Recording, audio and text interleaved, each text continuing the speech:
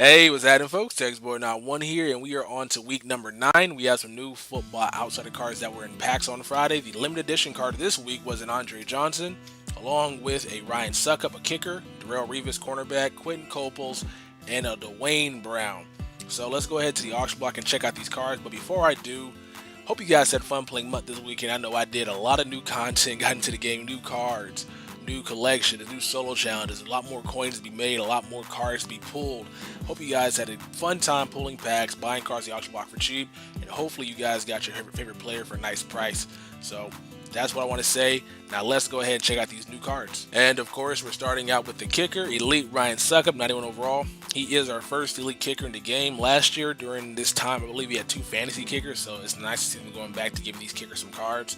And it's funny because he wouldn't have a card if the Chiefs to score a touchdown, but since the Chiefs can't score a touchdown with their offense, the kicker gets a card because he can kick field goals very, very well, and Ryan Succop. So I find that very, very funny, you Chief fans out there saying you got a good offense.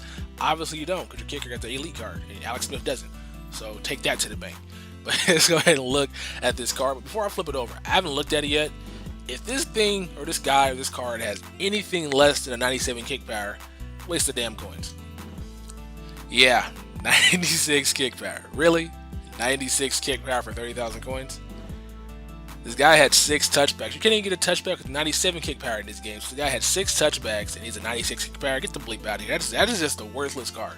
This is a worthless card with 26,000 coins. Honestly, why would anybody pay 26,000 coins for 96 kick power? You can pay 5,000 coins for 97 kick power. And you can pretty much take kick accuracy out of the damn picture.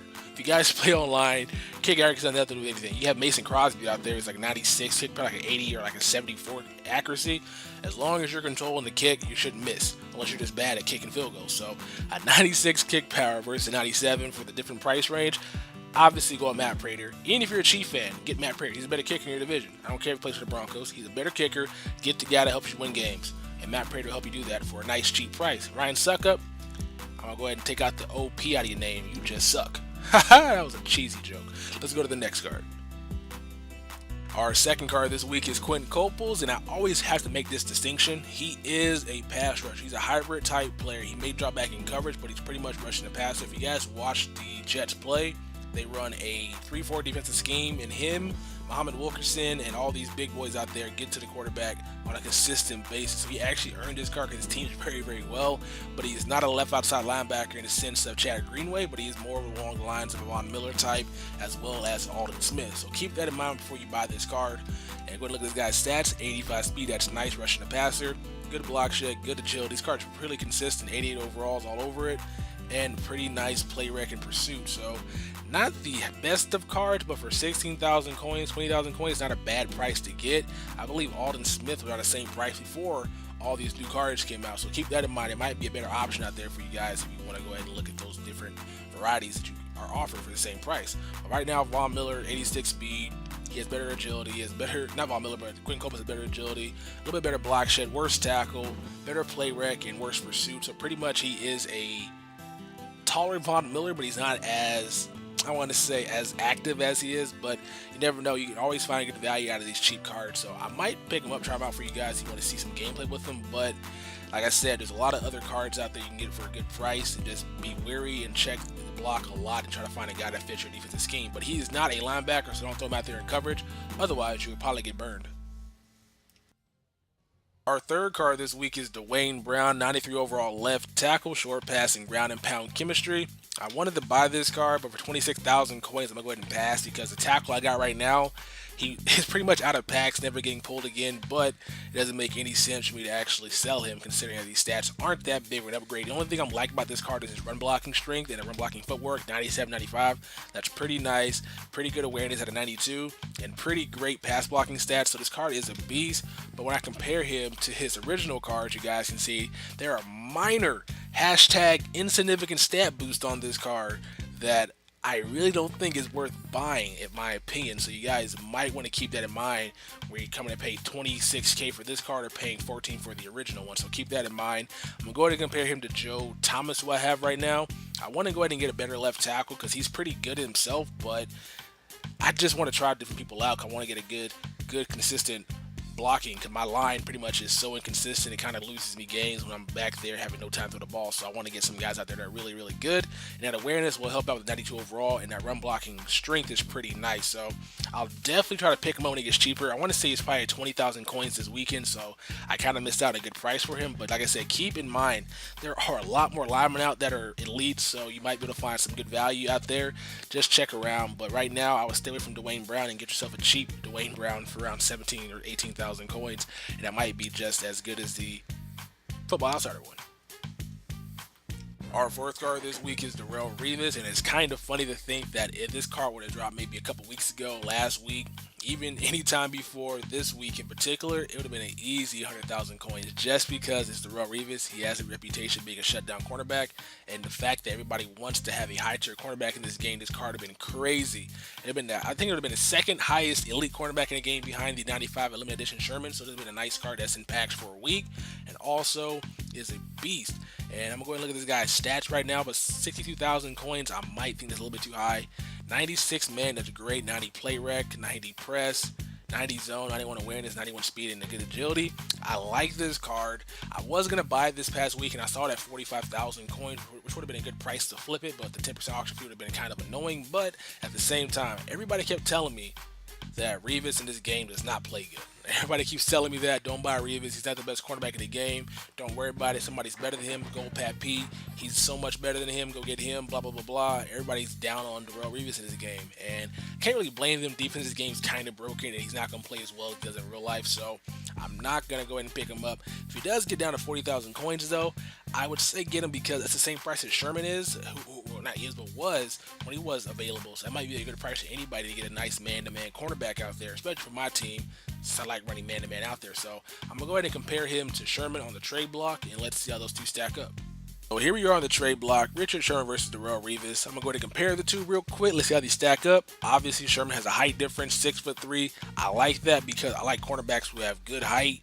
Calvin Johnson, AJ Green, Jordy Nelson, all these tall receivers, and 5'11" cornerbacks aren't bad, but anybody who has more athleticism and jumping power can go up there and get the ball over those shorter cornerbacks. But picture Tim Jennings trying to guard Calvin Johnson. Tim Jennings is 5'8", and that's a lot. He's like 5'6". Picture Tim Jennings guarding Calvin Johnson, who's like 6'6", 6'5". Like, that's going to be a crazy mismatch, and that's why I like Sherman, because he's a lot taller. And everything else seems like a push. The only thing that Revis has over Sherman is his awareness. But then I always come back to, is it really worth paying an additional 30,000 coins for awareness? Not in my book. So honestly, I will go with Sherman just because his price. And also, his stats look very, very similar. So if you guys want a good cornerback, Sherman's your guy. But if you're Buccaneer fans or even Jets fans, you want Revis, I can't blame you. But just know that everybody tells you he doesn't play that well. So keep that in mind.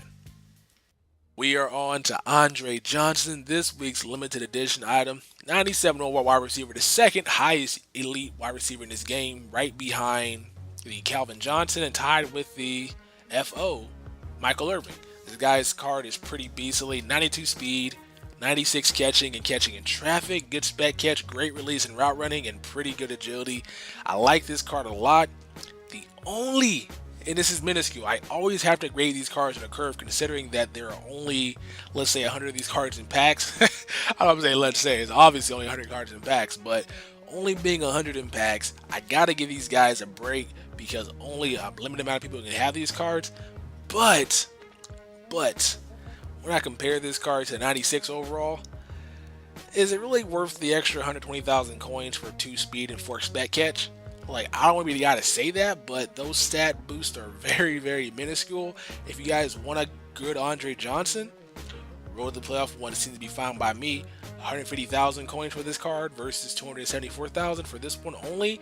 Now the price might be relatively similar, let's say when it's more in the auction block, but when I checked the price this weekend, I've only seen Andre at 250 and I've seen the road to playoff at like 125. So if you guys want a good wide receiver in Andre Johnson, my advice to be go with the 96 overall just because the stat boost really isn't worth it, and that's pretty much why I'm grading on the curve. Now if this 96 one was out in packs, I honestly would say this card is a fair price. It's a beast of a card, and 200,000 coins, whatever the hell it's going for, is a pretty reasonable price for it. But since this one's right next to it, I kind of got to compare it to it and give you guys a better advantage and a better thought about what cards you should buy. But I'm going to compare this card to my wide receivers, which is not going to be fair, obviously.